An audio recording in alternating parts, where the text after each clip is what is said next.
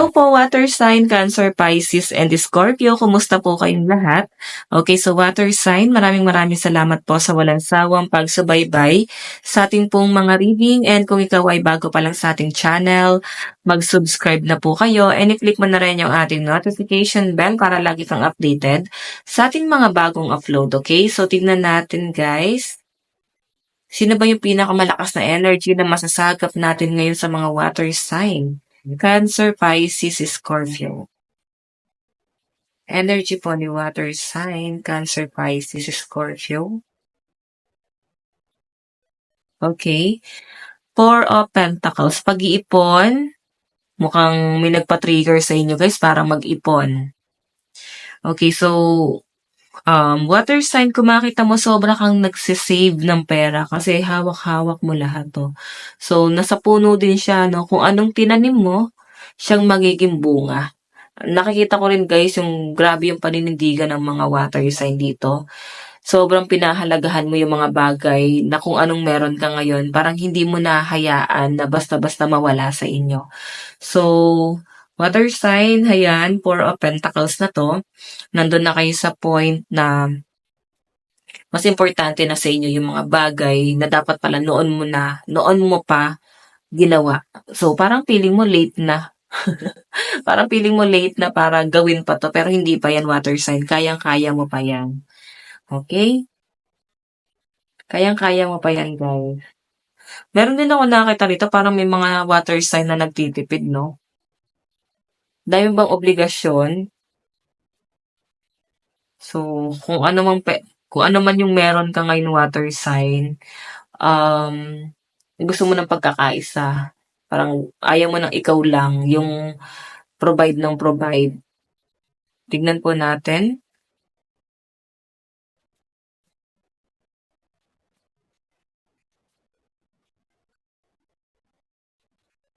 Tingnan natin, water sign.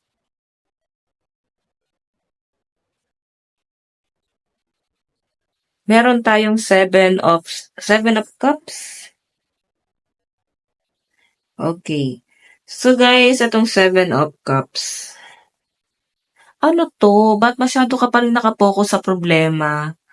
Tinatalikuran mo yung mga bagay na nandiyan, mga taong nakasupport sa'yo, totoong nagmamahal sa'yo, mga opportunity na paparating sa inyo. Parang tinalikuran mo dahil meron kang sinundan dito na akala mo yun yung makakatulong sa'yo or sila yung makakatulong sa'yo or eto yung makakabuti sa'yo. So parang sila yung pinakinggan mo, sila yung pinaniwalaan mo, water sign. Tignan mo yung nangyari sa'yo ngayon. Hinahabol-habol mo yung problema. Sinusundan mo yung problema na hindi mo man lang tinatanaw tong mga cups na nasa likod mo. Seven of cups to masyado ka nakapokus sa problema guys. And siguro yung problema ng mga water sign dito is yung pera. Kung paano magsisave. Okay? Medyo magiging ano kayo, hindi naman madamot. Parang medyo magiging makontrol ka lang talaga sa pera mo din and sa mga bagay na pinahalagahan mo. Medyo ano ka na, sigurista ka na sa mga taong pumapasok sa buhay mo na parang ano ba, mag-i-stay pa sila or iiwan ka rin ba? Parang ganun yung nasasagot sa dyan, guys. Okay, tignan pa natin.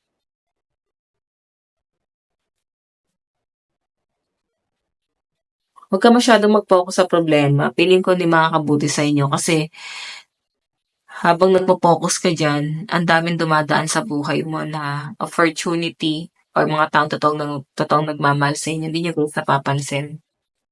Ayan. Tignan natin, meron tayong magician. Diba? Nakikita ko guys, parang kailangan ng todong pagsusumikap ng mga water sign ngayon. Puro pera yung focus nyo. Iba sa inyo guys, magiging abala kayo dito. Okay, siguro meron kayong inaasikasong business. Maganda naman yung daloy ng pera dun sa business na yan. Okay. Alam mo yun, parang umiikot talaga yung pera mo. Buwabalik talaga sa inyo guys. And temperance, ayan, baka dumarating sa point na nagkakasakit na yung iba dito. Hindi nyo pa guys namamalayan kasi talagang sobrang workaholic. Pagod na pagod yung nakikita ko dito sa energy mo guys. Okay? Yung iba naman dito, talikuran mo na tong mga problema na to. Mag-focus ka sa kung ano man yung source of income mo. Kasi dito ka mag-grow. Yung iba dito guys, pwedeng distraction yan eh. Okay? May nagdi-distract sa inyo. Tignan pa natin water sign. Meron tayong judgment. Okay. So, ito guys, judgment na to. Sa malinaw na pinapakita sa akin dyan. Nahihirapan ka, may iniisip ka pa rin dito na naging third party siguro to or pwedeng person ngayon ng person mo, pwedeng ex mo or pwedeng nasa third party ka ngayon, okay? Nandun ka sa point na parang iniisip mo pa rin yung relationship, no? Parang nagkakaroon ng insecurity, okay? Parang nandun sa point na parang biniblame yung person na yon. Ang nilalait, nilalait guys. Or pwede naman hindi ko yun nasa third party, pwedeng ibang tao. Naiisip mo dito kung gaano katanga yung taong yon. Siguro kaibigan mo na in-advisean mo, pero talagang nagpadala pa rin guys sa temptation. Niloko na, pero parang nagpatakot pa rin. So, parang feeling mo, baliwala pala yung in-advise mo dyan. Baliwala pala yung mga sinabi mo sa kanya. Hindi man lang nila guys sinunod yung payo mo. Okay, ano tong 4 of Pentacles? Meron tayong 3 of Cups. Okay, 3 of Cups, celebration. Okay, so maaaring iba sa inyo guys kung bakit ka nag-iipon dito. Meron kang pinaghahandaan, meron kang gustong i-celebrate. Iba sa inyo guys, pwedeng i-celebrate mo dito is yung success mo. Okay? Ayan, pinaghahandaan mo to, no? Tignan pa natin ano tong 7 of Cups. Wow! Di ba? The lovers, oh. Siguro sinusunod mo pa rin yung person mo kahit puro problema naman yung binibigay sa inyo. Kahit nai-stress ka dyan sa taong yan, kahit grabe yung pinagdaanan mo dyan sa person na yan, water sign, nandun ka sa point, talagang hinahabol mo pa rin. Parang kahit grabe yung sakit na ginawa sa inyo, siya pa rin talaga yung hinahanap ng puso mo. Siya pa rin talaga yung gustong-gusto mo. And the lovers, yung iba sa inyo guys, pwedeng nagsasama pa rin kayo. Tignan mo, pwedeng marami namang nag-aabang sa inyo, marami naman nagmamahal sa inyo, water sign, pero hindi mo sila tinitingnan kasi nakapokus ka sa taong mahal mo kahit na ang toxic niyang karelasyon. Okay? Ayan. Kahit na parang hindi ka man lang binigyan ng peace of mind itong taong to. So, bakit ganon? May mga nagpapakatanga dito sa love life nila. So, hindi ko kayo guys ma-judge, no? Pero yun yung lumalabas kasi sa card. Okay? May mga nagpapaikot pa rin sa person nila. Okay? Tignan natin ano itong The Magician. Diba? Bakit ganon? Kasi ito guys, paniki na to. Parang problema yan eh. Puro problema yung binibigay sa inyo pero hindi mo pa rin mabitawan yung taong yan. Okay? Mahal na mahal mo pa rin yan. Tignan natin guys, ano tong The Magician? Ano tong The Magician? Magician. Justice. So, meron, parang ano kayong ayusin na papers, documents, pwedeng permit, ID, ayan. Meron ako nakita guys na parang aayusin ng mga water sign. Okay? Justice to guys. Yung iba naman dito guys, pwede magiging abala ka. Parang ayaman na ng mga water sign. Yun ang sagap ko sa inyo guys. No? Parang grabe na yung success. Yung iba naman dito guys, pwedeng mayaman ka kung paano mag-isip kasi ang ganda mo magplano. Okay? And siguro, etong person mo na to yung nakakatulong sa inyo, di ba?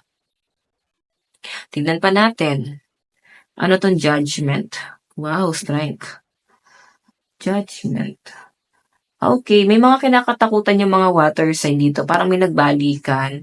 Siguro yung person mo nagbalikan sila ng person niya or pwedeng meron kang iniisip na isang tao na nakipagbalikan sa ex niya. And ang tindi ng impact nito sa inyo kasi parang ikaw yung nahirapan ngayon mag-adjust. Pwedeng ito yan. Ikaw yung masyadong apektado sa pagbabalikan nila kasi parang ikaw yung nandyan ng mga panahong down na tong taong to, ikaw yung nag-a-advise sa kanya, ikaw yung tumutulong sa kanya. So, ayan, hindi mo lang siguro guys matanggap or pwedeng ikaw to guys.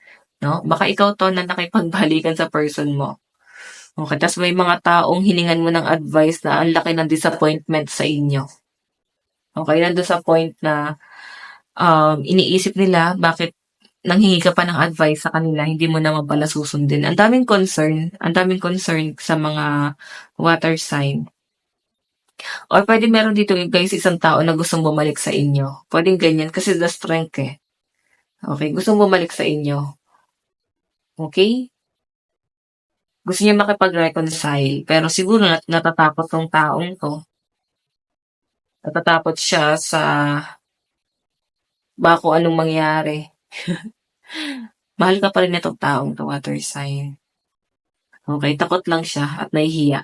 Tignan natin guys advice. Ayan no, sabihin ko muna guys, possible na ang kadil ng mga water sign ay Capricorn, Taurus, Virgo, Cancer, Pisces, Scorpio, Sagittarius, Leo, and Libra.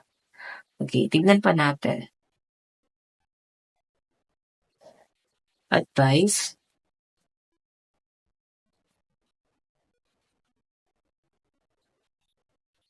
Take a reality check. So, water sign, mag-focus ka sa realidad. No, nakikita ko sa inyo, ano ka pa rin, nandun ka pa sa comfort zone mo. Hindi mo nakikita yung reality. Okay? So, may pinapakita rin sa akin dito guys na parang ngayong araw, medyo defensive yung energy mo, no? Or kung kailanman guys, no? Nakikita ko na masyadong defensive yung energy ng mga water sign dito. I think pinoprotektahan mo din yung sarili mo. Okay, sa mga taong ginajudge ka. And marunong na lumaban yung mga water sign. Siguro itong katangian mo na to, pwedeng hindi ka naman ganyan, hindi ka naman talaga marunong makipag-away. Pwedeng nakuha mo lang din siya. No, nakuha mo lang din sa isang tao na-impluwensyahan ka. So, water sign, lumayo ka sa mga ganyan na nagger na tao kasi negative, no? Parang na-impluwensyahan ka ng hindi maganda. Okay? So, hayan, water sign, eto lang naman yung nakikita ko sa inyo. So, ikaw ang bahala. Lumayo ka na sa gulo. Yun lang yung masabi ko sa inyo, okay? Okay, so water sign, ito lang po ang inyong reading. Maraming salamat. Bukas po ulit. God bless and love you all. Bye-bye.